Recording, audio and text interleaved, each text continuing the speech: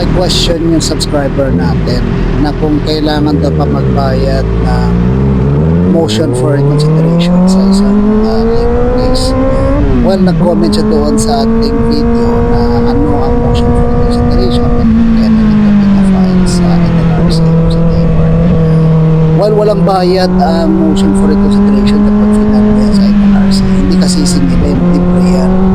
Kasi nga gaya ng pag-file ng labor case, kung ninyo napapansin, walang binabayaran dyan sa NLRC, sa SENA, etc. Kasi nga, ang polisiya ng ating state dyan, ng ating pamahalaan, it should not put premium on litigation.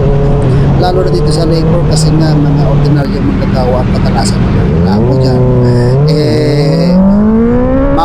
Kapag ginawang mahal ang mga filing fee niyan, prohibitive yan, halos hindi na ma-afford. So imagine na lang ang isang ordinaryong magagawa na inaabot ng mga employer, hindi na makapag-file ng kaso kasi walang pambayad. So asan ang labor justice dun?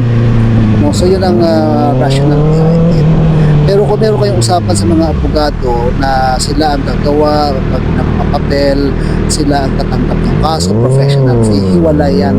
Ang pinag-uusapan na natin dito, filing fee na sa NLRC mismo mabayaran. God bless sa inyo and good luck sa inyo mga kaso.